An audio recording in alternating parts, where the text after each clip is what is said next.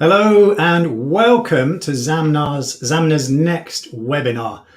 Today we are concluding our three-part series on why solving health means solving identity. I hope that you've had the opportunity to look at our two previous webinars that explore this area. We'll give you a little recap so you know what's going on there. But first of all, I'm going to introduce what it is that we're doing today and introduce to you as well Alex. Actually, let's start with Alex. Alex, do you want to say hello and tell us a little bit about who you are? Hi, I'm a CTO and co-founder here at Zamna. My academic background is in advanced math and advanced cryptography. Before Zamna, it was more than 15 years of managing and leading full-stack development teams, ranging from small startups to large enterprise teams. And at Zamna, we adopted a lot of privacy technologies that were developed during that time. Thank you, Alex. And I've had the privilege of working with Alex over the last 12 months. So I've been with Zamna now myself for a year, heading up product here. And before that, I spent 22 years with a large British airline, working both technology and also customer-facing solutions as well into identity and biometrics. And I'm really pleased that we've got the opportunity today to actually explore some of what Zamna are doing in and around health and identity, and to have that detailed chat with one of the founders, Alex, here too.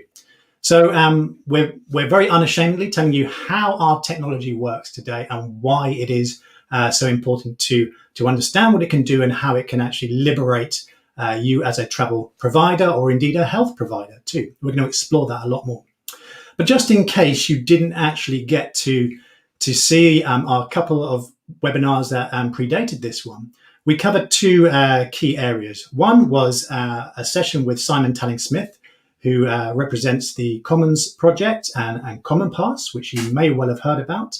And in that, we explored what it is that Common Pass are doing and what it is within the standards and the framework areas around health that actually need to take place and are maturing gradually and to actually solve this problem. This is something that I know is very close to Alex's heart. So Alex, what were your main takeaways from that conversation that we had with Simon?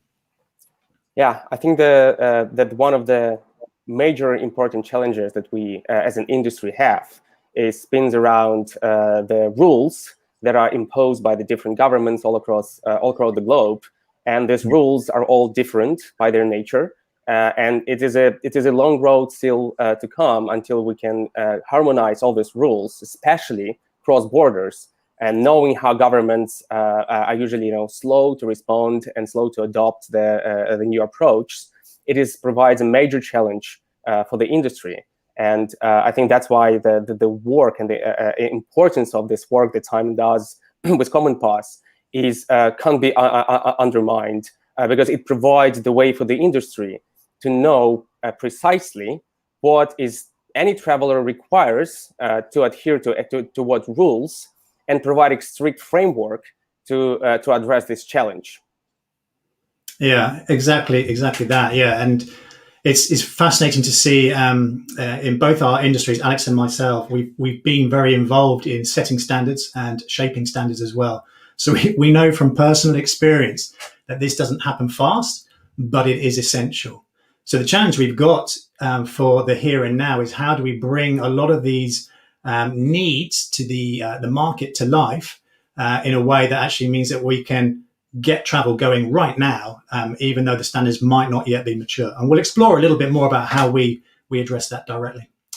And then the second webinar we did, which was part of our three-part series, was actually with a health provider. So we had Peter Gerstel from Collinson join us. Peter does a lot of work around both health and loyalty and the bigger play with regard to customer relationships as well. And in that, we explored quite a lot about how testing itself needs to scale, how testing is starting to vary as well, the types of testing that will actually start to come through, be that in person, in a venue testing, right the way through to at-home testing, which may be supervised or unsupervised. We're seeing so much fluidity in the market at the moment around how these tools come to life. And it's clear there that what health providers currently do in and around identity is very, very important. But the way they tackle identity is different to how it's tackled in travel. And this actually presents a fundamental problem that we're going to talk about as well, how we bring these two worlds together, where it might be a national identity number or provider that provides an identity to an individual versus what an airline or a travel provider needs in a passport or a travel document, and how those worlds actually collide is a challenge. Alex, any comments on that with regard to bringing those two tricky worlds together? Yeah, and I think that there is a number of technical standards that are being developed today to support the recovery of the industry from the verified health perspective.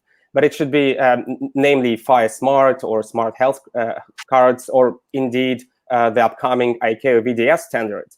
But it should be noted and understand that it requires new infrastructure for both airlines and health providers. It also means that all of us has to capture, process, store the new personal data that our system was not designed for, and it takes time to adopt. But the reality of our situation is where we have to act now, right? The need is here today, and we as an industry, we just have to embrace the fact that the change is imminent, and it is going to happen, whatever we like it or not. Yeah. Because the precedent is already there, and as we all know, governments are not only collecting more data, not less, and at the same time, the liability is going to be with an airline. Again, whether we like it or not, to ensure the proper documentation is in place and that it meets the certain requirements. Yeah, absolutely right. There are a number of challenges that are surfacing themselves, and we do see in our conversations that there is a real mix of reactions to the real world we're in at the moment. Some people are hoping it goes away, to be honest, and we can hope for that. And if it all went away, fantastic. Life would be a lot easier. But reality is striking us between the eyes, and it's not going away. There will be a duty to do activities around proving health status in some way, shape or form going forward for the foreseeable future. There's no denying it. It's going to be there. And it's worth mentioning in that context as well that you might be thinking, well, hold on a minute, in my domestic setting, because my particular country has done so much vaccination, then actually I can go to the cinema and I can go to the shops and it's all fine. That might well work on a domestic setting. But as soon as we look at international travel and those same governments protecting their borders, protecting their health services as well, then it's really, really clear that they're going to do everything they can to make sure that border is safe in exactly the same way that the governments do protect for general admission. So in the same way that you have ETAs and visas and the passport checks as well, there will be a requirement, and there is increasingly a requirement to do the same in and around health. We've just seen it in the news this week about the UK to US. If both parties are vaccinated or there's high vaccination levels on both sides, how can we make that work? Well, identity gets baked into proving that vaccination is good and present. So when airlines actually have to deal with this and health providers have to deal with it, they've suddenly got this added complication of data that they didn't have to worry about quite so much before. So on the health provider side, they're suddenly worried about passport data because they need to print that on certificates as it stands today. On the airline side, suddenly they're having to worry about health certificates, sensitive information associated to the individual that they're having to process and make sure that everything is sorted out. So there's a new liability that comes as well with increased responsibility around GDPR and data protection, GDPR being the European standard, which continues within the UK as well. But there are similar standards that are throughout the world, the Northern American areas and beyond. So these are additional pain points and they cause additional friction. So what we need to do is we need to actually understand and be realistic about the problems and the challenges that we've actually got today. It's worth reflecting a little bit on our conversations that Zamna we've had with airlines and what we're hearing from the front line from what our clients are currently saying in terms of process, in terms of costs, in terms of fraudulent activity as well. Now, you mentioned just before, Alex, that that there's a lot of flexing, isn't there? There's a lot of well, we'll try this, we'll try that, we'll see how it sorts itself out. And while governments haven't been too fastidious around the quality of data, there's been a reasonable sort of discovery phase. But it's worth reflecting as we look forward and as we look to scale. What are governments saying? What are airlines saying around issues like fraud and scale? I don't know whether you just want to reflect a little bit on that from the conversations I know you've had. Yeah, from our clients' conversations, we know for sure that there is up to 60% of fraudulent activity, especially around PDFs. People just change dates in the certificates or names, passport numbers, or indeed create a full fraudulent PDF back at home without even being tested properly.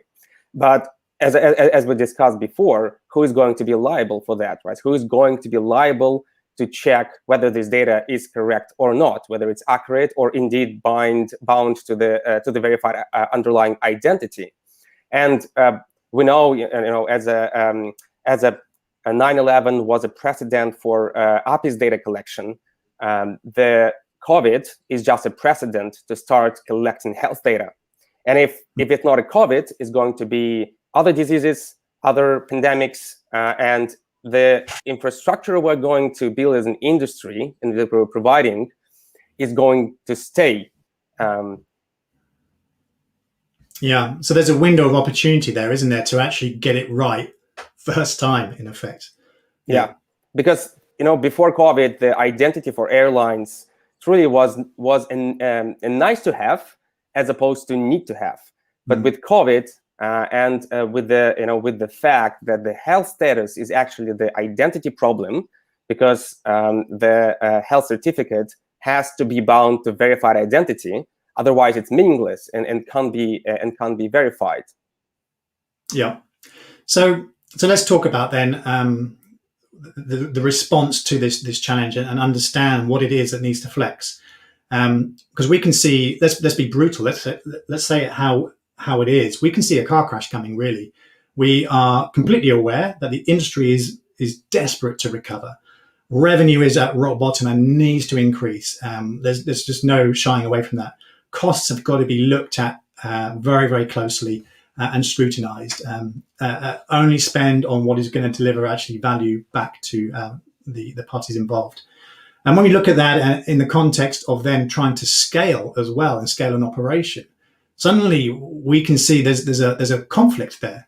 So at the moment, there's a lot of checking going on in airports of either paper documents or PDFs on mobile devices or on laptops or iPads or whatever it might be. But there's all this manual process that goes around, and it's duplicated as well. And some airlines are moving a bit further ahead, and they're saying, actually, we'll take some of that stuff upstream. But when you actually peel back the covers there, what's going on? There's still this uploading of PDFs to services, and then there's a manual check that happens behind the scenes. So you might get approval to fly 6 hours after you submit a PDF or something like that, because someone is manually checking that PDF. There's a manual process involved. And even then, like you mentioned, Alex, the PDF could be fake. It could be forged in some way, and there is a lack of verification of these certificates that's going on. Something that, again, Common Pass wants to address themselves in their approach to this, to say, actually, these certificates are verified. But right here, right now, can't scale with any ease at all. If you do scale, it's going to cost you a fortune. Two things that don't sit well together. And we're very, very aware that actually to scale, you need to be able to push everyone through that process with ease as well. So, and as soon as you explore that even more, so a 10% growth or a 10-point increase in your current scale that you might have will immediately put an impact on those processing points in airports. So that's desk points, customer checkpoints, even boarding. We know from people within our team who have managed to travel a little bit, there are a lot of checks going on, not just when you arrive at the airport, but when you're actually boarding aircraft as well. Check, double check, triple check. There's a lack of trust almost around the mechanisms, around the documents that are going on. So let's make doubly, triply sure, because the implication of getting that wrong is huge to the airline, to the airline's reputation, to the ability to fly to destinations. And so there's an impact there on punctuality and the operational efficiency. Sorry, Alex, you were just coming in there. Yeah, just considering the existing processes we have in airports, considering how it's the queues, it could take hours to get through them because you have this consistent checks of your data, even though there is sometimes no way to verify whether this data is correct or not. But even with that, there is still a lot of process going on. And if we think about travel recovery, if we think about regaining the volumes back, it's just going to crack all of our operations. Exactly it. So we can see that there's huge challenges coming in. And then you've got that cyber lens to put over the top of this as well. And suddenly you've got this additional data. You're receiving data that is personal and sensitive, and that needs to be dealt with appropriately too. You've then also got health and safety, general health and safety, so social distancing or whatever measures might be in place in a particular airport. All that has to be considered and go into the mix as well. And what we can very, very clearly see is that suddenly that limits the capacity. So what we see is a clear need to move as much processing off airport as possible before anyone travels, and to do that with assurance and automation, with scale in mind and with cost in mind. So we're going to show you how it is that Zamna actually addresses these issues head on, doesn't try to brush them under the carpet, but says, no, there is a clear problem here that we need to solve. And that's what we're going to explore very, very shortly. Go on, Alex. Yeah. Sorry. And just from the perspective of identity, again, we all know that there is a problem with identity in travel, the long-standing problem that we have not yet solved as an industry. And the problem with that is that we don't have identity infrastructure that is ready to facilitate and to address this challenge worldwide. And it's not just about the travel; it's about health as well. And because the biggest problem with that is that we have to bring new infrastructure in place for both airlines, airports, and health providers. But IT change is hard. It's slow, it's expensive, and more than anything, the process change is also hard. Yeah, exactly right. And what we've seen through many of our clients that IT is taking a real hit at the moment. A lot of things have been put on ice in the travel industry because change is risky and expensive. So how do we tackle that head on? And we've had that in our minds in all that we do. How do we actually make an effective solution that minimizes or actually eliminates the need to do integration or to do any heavy lifting at all? And it's worth mentioning as well, Alex, you said before about the identity element to this. Zamna, we've done a lot of market research in this area. We scaled it up actually to say, from an identity only point of view, what is it that actually goes on around identity checks and identity transactions? And when you look at the big picture, there's over 8 billion identity transactions per year around passports and identity documents. So that's swipes and checks and all the fumbling and what the Americans call the punch out for checking that the person who's arrived is the person on the passport. And we do it again and again and again. And we've done it for decade after decade after decade. And it felt like we were making some progress into the world of automation. And then COVID has struck. And we've got this kind of polarization of some people think, oh, it's a good opportunity to automate, but equally, we've got stop doing any work that's not focused on getting revenue back immediately. But actually, those two worlds coming together and tackling identity head on solves both, is what we are clearly seeing. So we'll show you how that works. How do you actually ensure that the data that is flowing in and around is accurate and can be trusted, and therefore unlock the ability to not do all those checks, especially those checks in person in the airport. So let's move on a little bit then, and let's talk about what it is that Zamna does. I think it's worth, Alex, you just reflecting as a founder of Zamna, a little bit about the background of Zamna, where Zamna's come from, its heritage, if you like.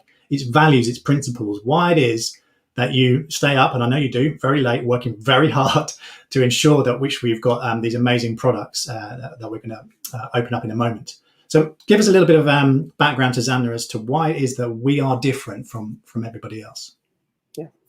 So when we initially started Zamna, we were thinking a lot about sensitive data and how the sensitive data is being played out within different industries.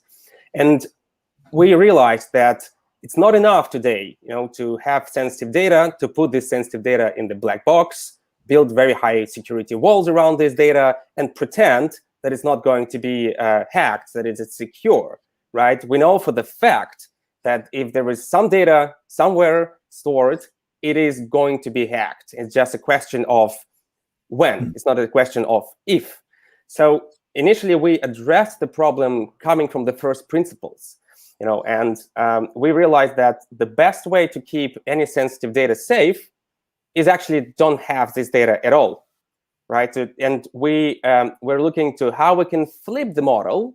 And to put it simply, if you can't expose personal data if you don't have it at all. And in order to pursue this, we have adopted two main guiding principles that we apply to ourselves and to our technology.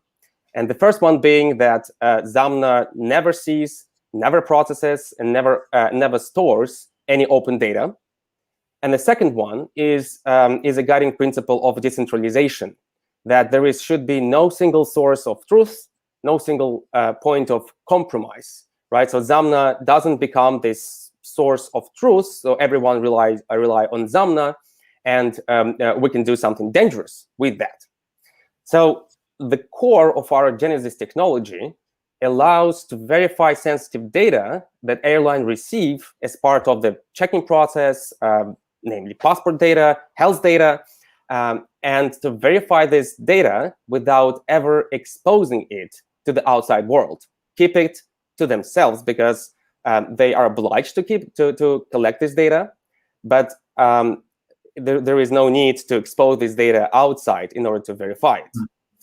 And in order to do that, we have decoupled the data itself from its verification. So instead of persisting the data itself and putting some flags around it that it's verified or indeed correct, we persist only a verification of the data. And we do that by generating mathematical signals, and the signals are generating at the source. So whenever the data is verified, the signal about this event is being generated. And the signals are fully anonymized. They do not represent any personal identifiable information. And our independent tests that we did with a number of clients when we were rolling out the technology in production, the independent tests showed that it will take from 1 to 10 million years to reverse engineer each signal. So this way, the only way to recognize, right, whether each signal represents any data is actually to be in possession of this data itself. So the idea behind it is that without the data that traveler provides to an airline, to the health provider, there is no way for anyone to understand what the signal is about. At the same time, when you have received this data and you want to verify it, you can do this with Zamna, but Zamna never receives any data, any open data, as I said before. And we did a number we did a work with ICO here back in UK, and we have confirmed that basically Zamna plays in this unique novel approach where we are neither a processor nor we are the controller of the data, because we deal with fully anonymized data sets. Thank you, Alex. I think, what we've touched on there is the uniqueness of Zamna's approach. It is a bit of a paradigm shift, and it takes sometimes a couple of iterations for the penny to drop about how we are tackling the problem fundamentally very, very differently. So what we're going to do is we're going to bring this to life now and walk through our verified health product to show you where the data is picked up, processed, and dealt with. I say the word process; it's processed within the individual parties involved. But you'll see how Zamna is abstracted from that, and how the anonymization that Alex talks about is critically important in what we do, because it's fundamentally solving this problem without exposing personal private information. So, verified health, we've talked about it, we've mentioned it on a couple of the other webinars that we've done, but what actually is it? So it's using this Genesis platform, which we've had in production now for a couple of years, which currently supports our ability to verify passports, and it's applying that same theory, that same approach, that same data paradigm shift to the health-specific issues around travel. And the reason that we get excited about this, and we do, believe it or not, get very excited about this, is because it is truly inclusive. We've seen, and I'm sure you've all seen, your LinkedIn feeds fill up with an app for this and an app for that, and there's another app over here, and download this thing here and that thing over there, and scan your passport here, and everywhere else, it seems, of these solutions that will solve the conundrum around health. But they're all app-focused. And actually, more specifically, they're very individual-focused as well. So it might work for one individual who's downloaded that app and maybe another airline app and something else for themselves. But if you're actually a family unit traveling, that's a challenge. You've got an infant, you've potentially got an old person traveling with you as well who might not have a mobile device or be confident or want to even download another app. Indeed, we're seeing a huge desertion around app usage because there is a fear of how the data in and around apps might be misused. And whether that it does or does not happen is almost irrelevant because there's a lack of trust in around that. So verified health takes a very, very different approach. What we do is we work with our health partners at the point at which a test happens to ensure that the right bits of information are collected correctly and accurately, and then create one of these lasting Genesis signals that Alex mentioned before as a one-off event. So for a health provider and for a traveler going through the process, this is what happens. The traveler books an appointment with a health provider who's running the Zamna SDK in the background. So it's a really lightweight, and Alex will talk to this in a moment, a really lightweight process that sits in the background. And the traveler will then go to their appointment, and they might have in advance provided passport information, or they might take their passport with them to that test event themselves. So they've gone in and they said, I want to get tested because I've got a flight in 2 days' time. So the passport data that's then collected around there can be verified either by our tools that we provide, or very simply by the processes that exist with it, that the health provider has got already. And then that passport information and the certificate that is going to be generated off the back of that health event or that health test that's going to happen will generate one of these signals. And then the great thing is that passport information can then be deleted. Now, the health provider might hang on to a little bit because they need to for regulatory purposes, but they haven't got to hang on to that information ad infinitum. So that's it. That's all the health provider's got to do. As they produce a PDF, a certificate, they also call our really simple API. And one of these signals is safely produced. They don't need to know which airline's going to use it. They don't need to know whether a government's going to use it. They just go through the process and generate a signal. That's all good and well. Let's bring this to life in terms of the actual traveler now flying with an airline. So again, be inclusive in the approach. Know that IT change is going to be expensive and hard. Minimize the impact is imperative in all that we do here. So what we'll do is we'll take an online check-in event as a trigger point for this. It's pretty typical as to how this stuff comes to life. So at the point of check-in, which is usually 24 hours before flight for most airlines, there is a series of checks that are made. Are you eligible to fly here? And one of those checks now will be around the COVID or health test status. And what we can do there is provide the ability to check the data that's coming through.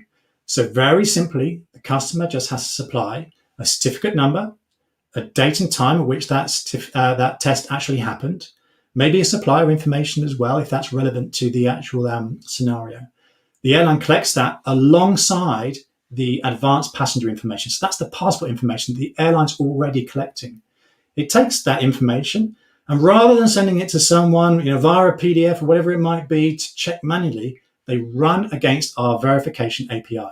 This is a 200 millisecond query. Run against it, and they get either a tick or a crossback. And there's some ways in which we can help sort out any kind of typos in there as well. But at that moment in time, the airline suddenly knows whether this individual traveler is clear to travel or not. And if they're clear to travel, they know that both the data is good around passport, big advantage to general processing for an airline anyway, and the data around the health certificate is verified as well. And the two things are linked together, something that they can't do today. Suddenly, the airline knows this ahead of time. So they can mark either just a tick on a boarding pass or more tightly integrated into their processes to say, actually, let's clear this person for travel now. That boarding pass can be issued, and the customer can go down what might be a fast track route because they are pre-cleared for travel. You've suddenly removed all that risk, all that pain, all that processing from what might happen in the airport to off airport. And you've done it in 200 milliseconds as well.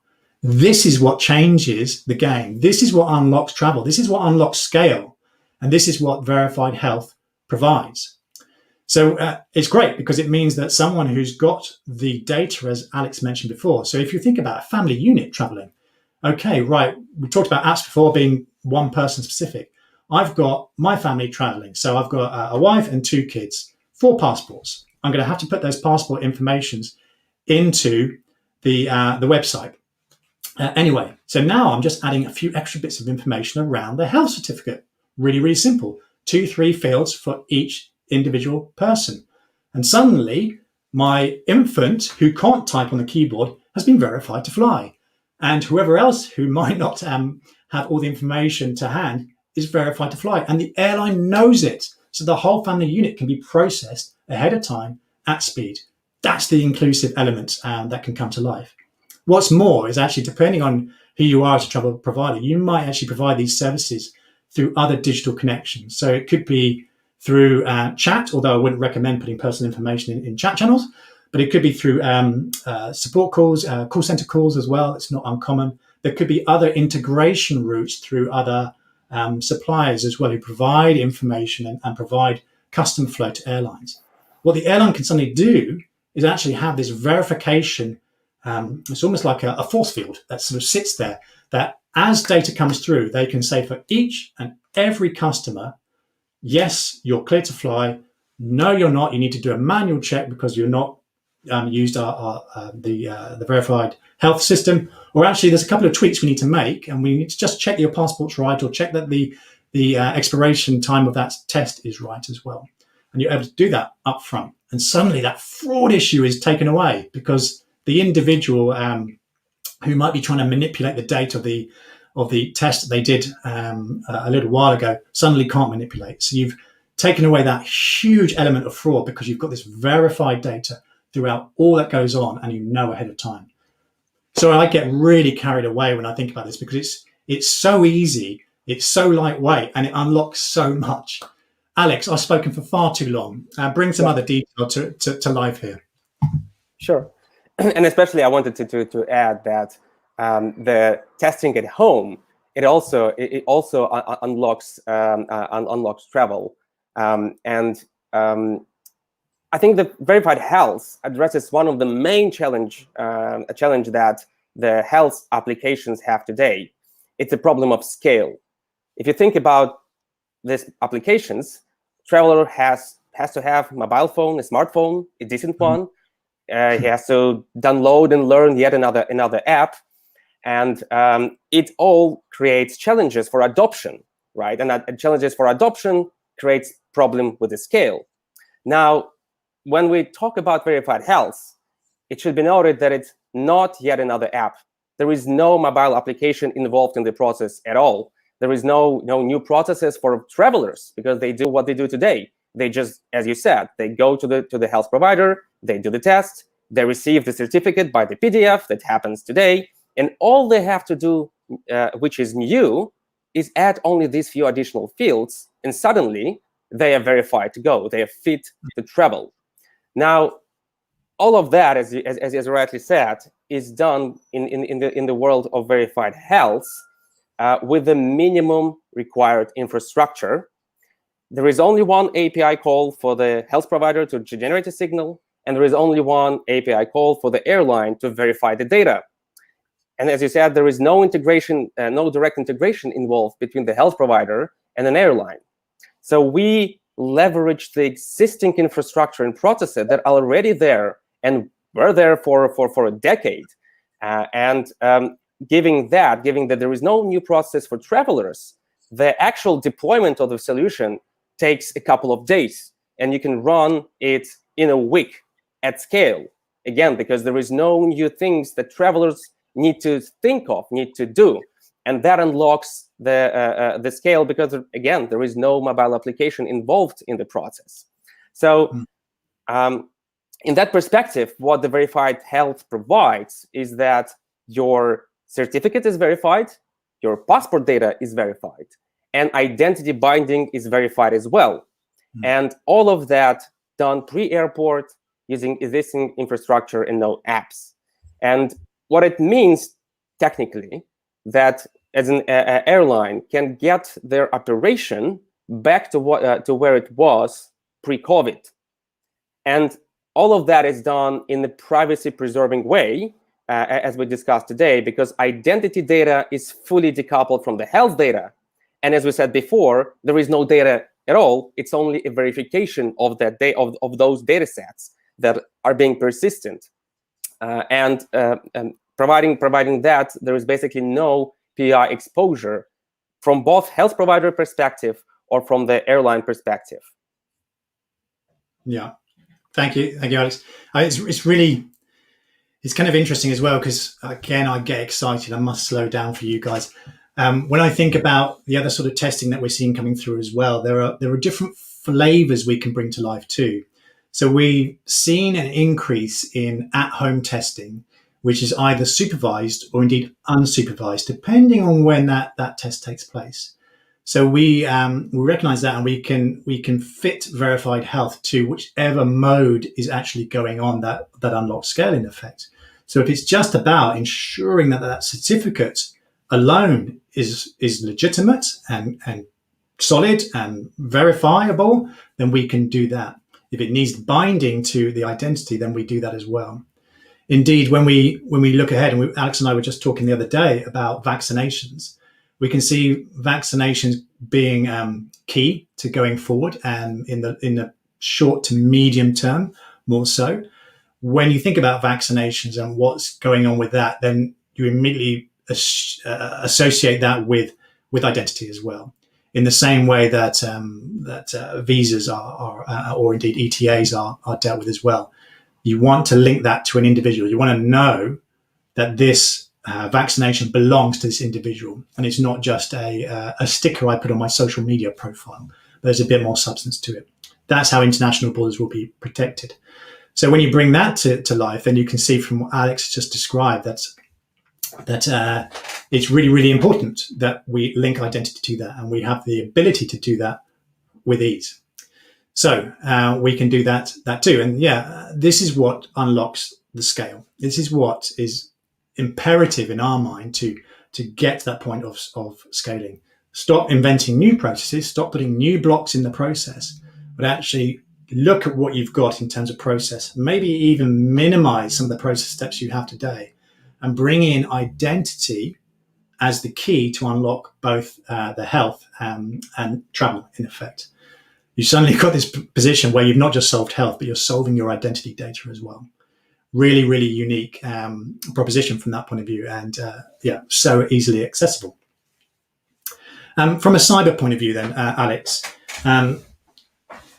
thinking about the responsibilities that airlines have, and the increase in the need to suddenly deal with sensitive information, what are the key things that you would want to bring to light and maybe re-emphasize around the cyber angle that we need to be kind of brought out in terms of what we do with verified health?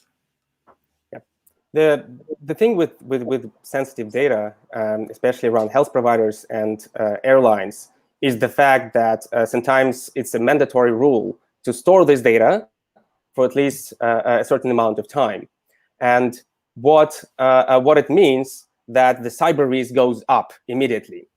And especially when we talk about the ability to verify this data, as we discussed before, this data has to become operationally available, right? So in order to verify the data, someone has to prove that this data is correct and issue a form of a certificate. But what verified health allows is by decoupling, again, the data itself from its verification. It allows airlines and health providers, if they're required to store the data, keep it separate in a write-only databases available somewhere, and do not have this data operationally available anywhere. And what it basically means is that the minute health provider gets the identity data from a traveler in order to input this data into the certificate, and the signal is being generated on the back of this process, health provider may just remove this data, this personal data, completely from their systems without the threat of this data becoming available. And if it's not about the health provider, it's also about the airline that collects the data. And we all know the recent events where the massive amount of data that pumps through the ecosystem was basically exposed, and there is no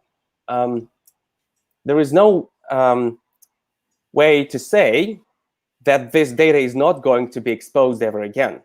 We know for the fact, as we discussed before, if the data sits somewhere, it is going to be accessed, it is going to be exposed, it is going to be hacked. So from the point of verified health, we are not just privacy-preserving technology, we're privacy-enhancing technology. Yeah, and what we're doing through that is we're shutting a series of doors. So where that data does need to flow in and around, say, an airline, suddenly you're able to take it out of the operational mix or remove it from certain other parts of the process. So you're able to then kind of close in the attack surface area, in effect, and just get rid of huge swathes as well. It's a very, very different approach. It's worth exploring as well, Alex, about the amount of checking and verifications that we've actually done. So as we mentioned at the very beginning, the underlying technology, which is Genesis, has been running for a couple of years with various clients. And we've got a whole load that specializes in verifying passports as it stands in production today. And that's got a whole load of verifications into the tens of millions. Is it worth, Alex, it's probably worth just mentioning about the number of verifications that exist there, and how big the pile is, if you like, and the proof point. Yeah, today we have aggregated more than 60 million of signals, mainly around passport data that we base our solution on. At the same time, pre-COVID, we were verifying about 100,000 passports per day. And through that work, we have established, the amount of the data that is incorrect and that flows through the ecosystem. And we know for the fact that there is more than 35% of mistakes in the data sets that are flowing through the system, and it all comes from the self-assertion of the data, because people do make mistakes, especially in the when they type in their middle names and the passport number, and that creates an even bigger challenge, because when we think about identity data being incorporated into the certificates, into the vaccination records, this data is often, as we know, is self-asserted. And what it means that in the large proportion of the data that we will be dealing with, we will have a lot of mistakes embedded, inherited, and that will create even more challenges, because this data can't be verified that easily. Exactly right, and it's always fascinating to see that reaction with our clients of when they see the data quality for the first time. It definitely raises an eyebrow. when suddenly you realize that of all these data sets that are going through, there are mistakes popping up in 1 in 3 record that go through. It's a scary figure. And when you combine that then with the health process, it's propagating it. Indeed, actually, one of our team who flew recently had a problem with their health certificate, and it turned out to be a typo. It wasn't actually their typo; it was actually a typo from the health provider, unfortunately, where the date of birth actually was the date of the test.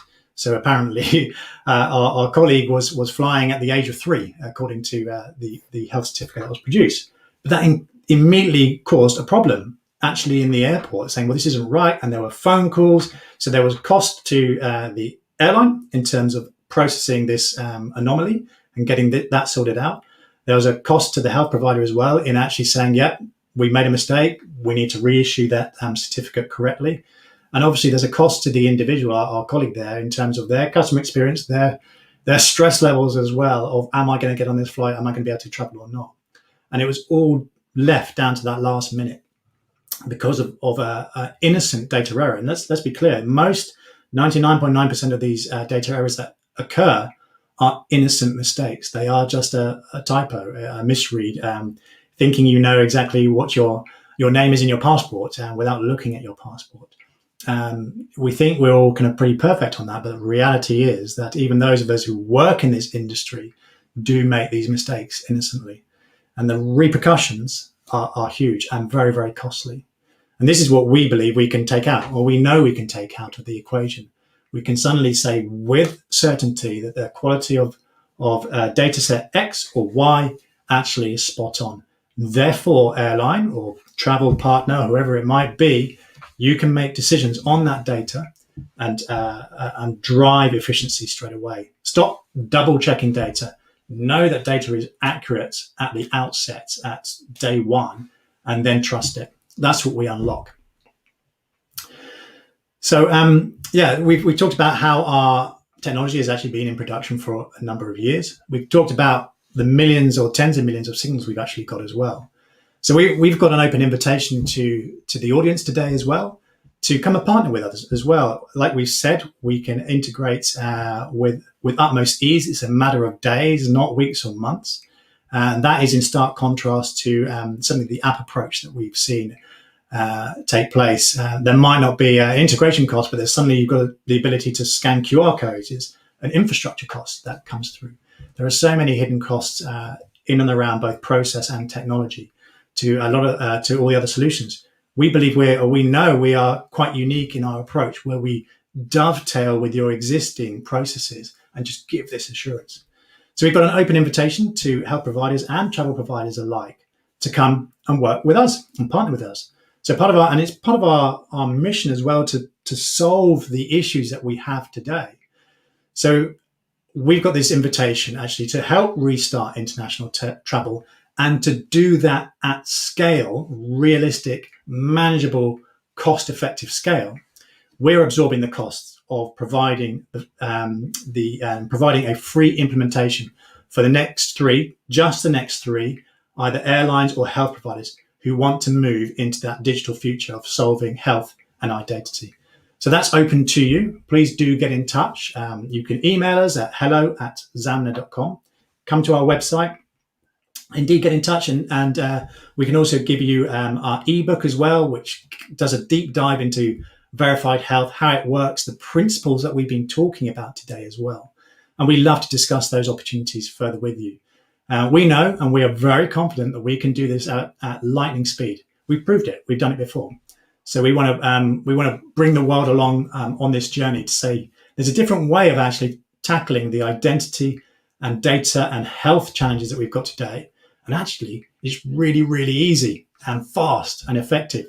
But we'll put our money where our mouth is, and we're offering this. Say, come and do it. We'll do the implementation integration for free, and we'll get you up and running, and we'll show you how it is so super effective and amazing. And maybe you can be as excited as I get about this subject as well. So we've explored verified health. We hope you've enjoyed the conversation that we've had today. Alex, are there any parting thoughts that you've got? What do you want to say to this amazing audience that we've got? on the line today?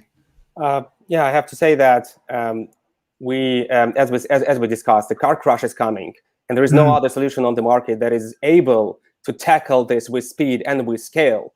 Because the trials we can run, we can do dozens of thousands of people. We can process it with ease, as you said, because it's only one verification API call. As you said, it took only 200 milliseconds to verify the data set.